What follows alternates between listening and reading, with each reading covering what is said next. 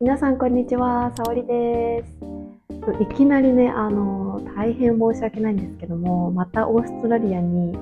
ラついております、私は。で、またかよって思うかもしれないんですけど、またオーストラリアの家事情にムカついております。そうだ、家以外にムカついたことがあったんだ。それがですね、病院に私行きたくって、ちょっと産婦人科系の悩みがあったので、女医さんがいるね、GP、こっちの、こっちって、日本みたいに直接専門医に見てもらうことができないんですよ。ゼネラルプラクティショナーって言ってみんな GP って呼ぶんですけど、これなんか総合なんでしょうね。なんか何でもやみたいなお医者さんに行って、で見てもらってから、じゃあここもっと専門医に見てもらえた方がいいかもねってなったら、リファレンスを書いてもらって専門医に見てもらえるっていう流れなんですけど、ちょっとこれはね、置いといて、病院を予約したんです。でそしたらなんと2回連続で予約をキャンセルされたんですよ。なんか病院から予約キャンセルされたことなかったから、私こっちは結構緊急めで予約してて、でそのために仕事のねスケジュールとかもずらしてちゃんと時間系みたいなのも取ってきてるのに、2回連続、いや1回目は良かったんですよ全然。いや良くないな、1回目なんなら朝9時に予約してたんですね。でその病院まで30分かかる場所だったので、私はもうすでに家を出ていたんです。なんですけど、その多分ちょっと後かジャストタイムぐらいに SMS が来てて、予約してくれたお医者さんが体調不良だから今日見れませんみたいな。でもいや他の先生とかで見てもらえるかなとか思って期待半分で行ったら、もう予約フルパックだから無理って言われて、でうわそっかと思って、しょうがないと思って1回前は帰ったんですよ。で直近で空いてるのが、次の水曜日だから予約してあげるって言われて予約してもらったんですね。その場でも結構私交渉したんですよ。このためにスケジュールも調整してキャンセルされたらとても困る。で結構状況もシリアスだからなるべく早く見てほしいみたいな。でももう向こうも本当にごめん、本当に無理、もう無理の一点張りで、もうしょうがない、これ無理だなと思って、じゃあ次予約してもらったんですね。でそしたらなんと次の日もキャンセル。なんかその予約こっちがするときってこっちが48時間以内とかに事前キャンセルしなかったらなんか何ドル徴収するよみたいな書いてあるくせに、病院側はキャンセルしていいんでしょうかって思って、でもその GP には二度と行かんってことで違うね GP に結果行ったんですけど、もうそういうムカつくことがありまして、いやなんか病院行きたい時って行きたい時にすぐ行きたいじゃないですか。なのに行けないっていうのがオーストラリアなんですね。多分他の海外もそうなのかもしれないんですけど、もうやっぱりね日本の医療制度っていうのは本当にすごいなと思って。だってなんか皮膚科、例えば肌にトラブルがあったら皮膚科に行けるし、なんか耳が悪かったら耳鼻科に行けばいいし、お腹壊したら内科に行けばいいじゃないですか。でなんか専門医だから信頼できる。でもなんか GP ってジェネラルだから、なんかちょっとたまに信じられなかったりもするんですよ。そのお医者さんが言ってること、これ本当に大丈夫なのかなとか。なんか私自分もやっぱ日本語の方がスラスラ自分の表情とかも言えるし、なんかじゃあチクチクする、チクチク痛いのかズキズキ痛いのかとかってどうやって英語で表現するって、なんかその場面に直面しないとその単語を調べようともなんなかったし、ね、やっぱそういう緊急な時ほどやっぱね日本語を使える方がいいですよね。はい、要はそんな感じでちょっとムカついたっていうのがありました。で、家の話なんですけど、皆さんねわかんない、もしワーホリとか興味ある人だったらわかるかもしれないんですけど、シドニーはもう群を抜いて家が高いんですね、オーストラリアの中でも。なんかそれこそ結構こっちって物件に投資する投資物件を買うっていうのが結構主流であるんですけど、シドニーに住んでる人もシドニーは高いからシドニーじゃなくて、例えばメルボルンに物件を買うとかゴールドコーストに物件を買うとかっていうのが結構当たり前なんですよ。なんかローカルの人でさえも家が買えない、家が高いっていう風に言ってて、本当に家賃が高いんですね。私の住んでるマンション、アパートメントですね。こっちで言うと日本でいうマンションみたいな感じのところは一応新築なんですね。でもなんか新築だからこそのデメリットみたいなものが大きすぎていてですね、こう一見見てもらう通り、綺麗じゃないですか。結構綺麗だねとか言っていただくこともあるんですけど、まずめちゃめちゃ作りが甘すぎる。なんかまず入居した時になんかちょっとしたこのトイレの流すボタンとかがなんかずれてるんですよ。ずれてたりとか、なんて説明したらいいかわかんないんですけど、これめっちゃ雑に建てたなみたいな建物なんです。あとこう壁とかもなんか押したらなんかミシミシミシって言うし、なんかこれ本当に大丈夫みたいな。で、日本っていうこう日本の地震とかが起きたら多分もう全壊すると思います。はい、本当にね、そういう感じのクオリティの家です、本当に。で、あとはこう入居して初日、こういろいろ問題ないかチェックしてくださいみたいな時に、なんかボタンが曲がってるとかっていうのを見つけたんですけど、その他にもこうシャワーヘッドのこう隙間からこう水がジャラーって出てたりとか、あと絨毯、リビングルームはこう見てもらう通りのタイルなんですけど、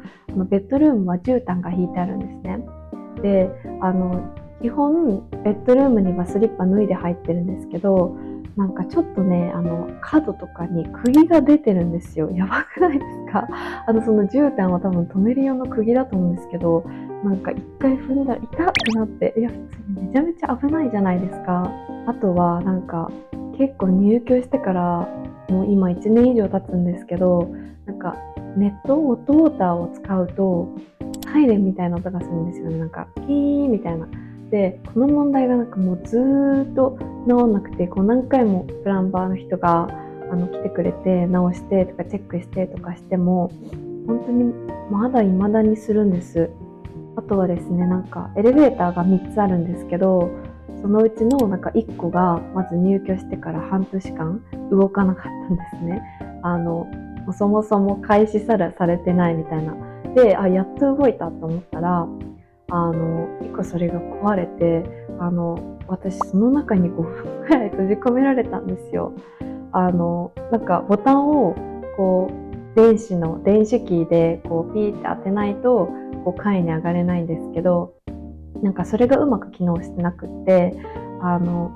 でもそのボタンを押す前にドアが閉まっちゃったんですね。で、開かなくてこう、5分ぐらい経ったらこうやっと誰かが外側から上がるか下るかのボタンを押してくれたから、そのエレベーターが動いて私外に出れたんですけど、とかなんかもうやばくないですか本当に。なんか高いのにこのクオリティだし、日本の家本当にすごい。多分だって東京のマンションとかって地震が来ても倒れないように設計されてるじゃないですか。だからめちゃめちゃ強いちゃんとした作りになってて、多分テストとかもすごいしてるだろうし、よく作られてると思うんですよ。でもこっちは多分そういうのも甘いんだろうなって勝手に思ってます。まあね、比べても仕方ないので、あれなんですけど、ちょっとこういうね、現実があるよっていうのをちょっと喋らせてもらいました。はい、で、今話したのがこうざっと結構初期不良みたいな感じの問題だったんですけど、その他にもね2つ問題が起きててですね、これは結構直近起きたことなんですけど、1つ目が部屋が断水したんですよ。てかもうビルディング全体が断水した日があって、でも私知り合いが近くに住んでいて、たまたまなんですけど、でその方に同じく断水してるか聞いてみたんですね。そしたらこの隣のビルはもう朝の30分ぐらいで復旧してたらしいんです。なんですけど、私たちのビルディングだけもう一日中本当に朝の7時とかから夜の9時ぐらいまでずっと断水してました。で、だからシャワーも外に入りに行ったんですよ、ジムの。そう、もう一日もなんなら復旧しないんじゃないかとか思って。で、水もリモートワーク中にを買いに行って、で、そしたら多分他のね、同じビルに住んでる他の住民の人もね、近くのスーパーで大量の水を買ってる人をね、見たんですけど、そんな感じで、水が1日出なかった日でしょ。で、あとは2つ目の問題がですね、電気が使えなかったんです。今度はブレーカーが上がっちゃって、上がったらでもそれってこう、全部一旦全部の電気を切ってもう一回ブレーカーを上げ直したら大体つくものじゃないですか。なんですけど、電気のソースが2つあるんですけど、そのうちの1つがなかなか上がらなくて、なんかこう上げてもこう自動的にバーンってなんか戻っちゃうみたいな。そうなので、このパソコン周りがつながってる電気がほぼ使えなかったんです。で、私リモートワークしてるからもう本当にストレスでしかなくて、で、オフィスに移動するにもちょっとなんかスケジュール的にも微妙だったので、もういやちょっともう家でやるしかないなみたいな感じで家でやってたんですけど、なんかそれをビルディングマネージャーに言っても、エージェントにこう問い合わせてもなかなか対応してくれなくてですね、結局なんとかこう自分たちで直したんですけど、それもなんで治ったのかちょっとわかんないし、結局そのテクニシャンみたいな見てくれる人を派遣してくれるってなったのもなんかそれの3日後ぐらいで、じゃあ3日間電気つかなかったらどうしてたのって感じだし、はい、そういうね、いろいろ大変なことがあります。海外に住んでると。はい。なんか、いいとこしかそれこそ見せないじゃないですか、多分 SNS 上だと。でも全然そんなことなくて、こういうね、不便なことがたくさん起こっています。はい。ですね、そんな散々こう文句を言ってきたんですけども、なんですかね、やっぱりそれでも結構みんな大丈夫大丈夫って感じなんですよね。なんかたとえ遅れたりとか何かがこううまくいかなくても、最終的に動けばいいよねみたいなとか、最終的に治ればいいよね、なんでダメだったかとか一旦置いといてみたいな雰囲気が結構多い気がして、それもこういうね、生活環境だけじゃなくて、なんか仕事でも結構それはすごい感じるんですよ。日本ってやっぱりすごい念入りに準備して、話し合いをして、失敗しないようにするための準備ってすごくするじゃないですか。なので素晴らしい品質がね保ててるんだと思うんです。でも結構こっちはもうテストしたって言ったらもうしたし、確認したって言ったら確認したんですよ。で、じゃあ実際にじゃあこの日にやってみようで、できなくてもこうなんか誰かがすごく怒るとかっていうことはあんまりなくって、じゃあできないの直して、でそこで治ればいいんですよね。なのでなんかそういうプレッシャーみたいなのはやっぱりね少ないなってすごく感じます。はい。なんかそれこそ今日実はね会社のみんなとランチミーティングみたいなのがあったんですけど、それもね半年ぶりぐらいでしたね、みんなに直接会うのが。はい。それこそ私の会社はオフィスはあるんですけど、基本フルリモートなんですね。オフィスに全然私は行ってもいいんですけど、行っても誰もいないから、じゃあ行かなくてもいいかっていう感じでフルリモートなんですけど、そうで半年ぶりぐらいに会って、で、そこで話しててもみんな基本結構ハードワークではあるんですけど、今日金曜日だったっていうのもあって、もうじゃあ今日はもう何もしない、金曜日だしもう終わりみたいな結構雰囲気があって、ここはちゃんとオーストラリアっぽいなっていうふうに思うし、あと日本だったら基本チームビルディングみたいなのって夜になるじゃないですか、仕事が終わってから。でも多分オーストラリアの会社は結構昼にそういうのが行われて、ちゃんと業務時間内にやる、で基本夜は帰るっていうのが多いんじゃないかなっていうふうに思います。ぱりこう家族、ファミリーオリエンテッドファミリーを大事にするっていう文化がやっぱあるのかなって思います。なんかそれこそ日本とかだったらだいたいこう誰かが遅れてきたりとかね、それこそ課長部長とかすごい忙しい人とかはなんか本当にもうギリギリに来てとかっていうのも結構当たり前、こう仕事優先が当たり前なんですけど、こっちはやっぱりもちろんちゃんと仕事はするんですけど、こうやっぱ私もライフがあるし、そこを削ってまでやって自分が壊れたら意味ないよねみたいな考えがやっぱりちゃんとあるし、それをこう堂々と言っていいような雰囲気は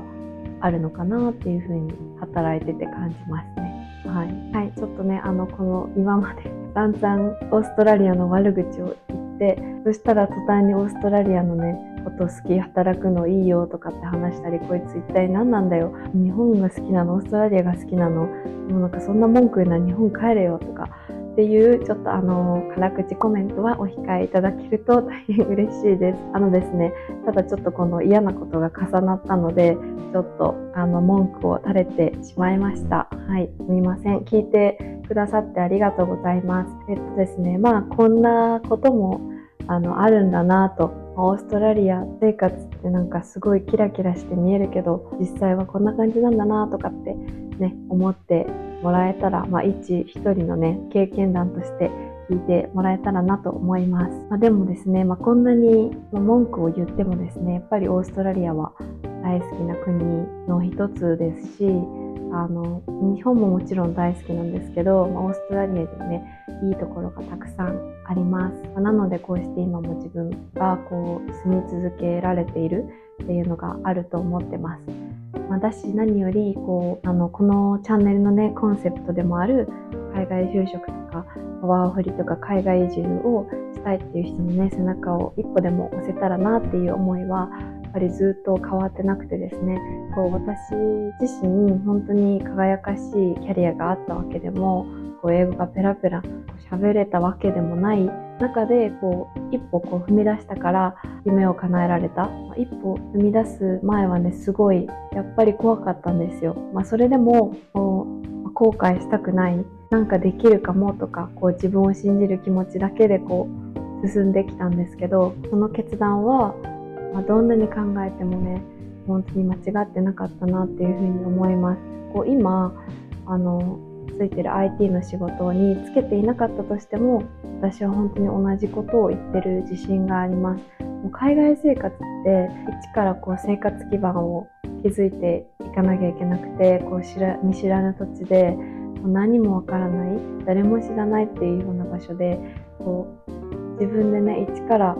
生活を作っていく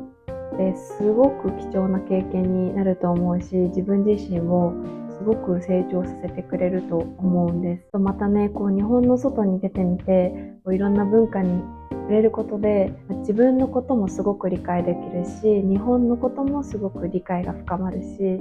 いろんな文化に触れてねかなり価値観が広がると思います。なので、今この動画にたどり着いて見てくださってる人がいたら、オーストラリアの家やばいんだじゃあやめようとかじゃなくて、こういうね、不運なことが起きる人もたまにはいるけど、多分私は不運な方だと思う。他の友達はこんなこと言ってないので、本当に、今が一番若いので、やらない後悔よりやる後悔、意外とねなんとかなります。本当に自分を信じて一歩踏み出してもらえたらなと思います。またこういつでも私でよければね相談も乗りますので、気軽にメッセージ等を送っていただければなと思います。はい、じゃあこんな感じで今日は以上にしたいと思います。じゃあ最後まで聞いてくださってありがとうございます。動画のねリクエストもどしどし募集しているので、気軽にコメントしていただければと思います。またいいね、チャンネル登録も大変励みになりますのでしていただけると嬉しいです。じゃあまた次の動画でお会いしましょう。ありがとう。見てくれてバイバーイ。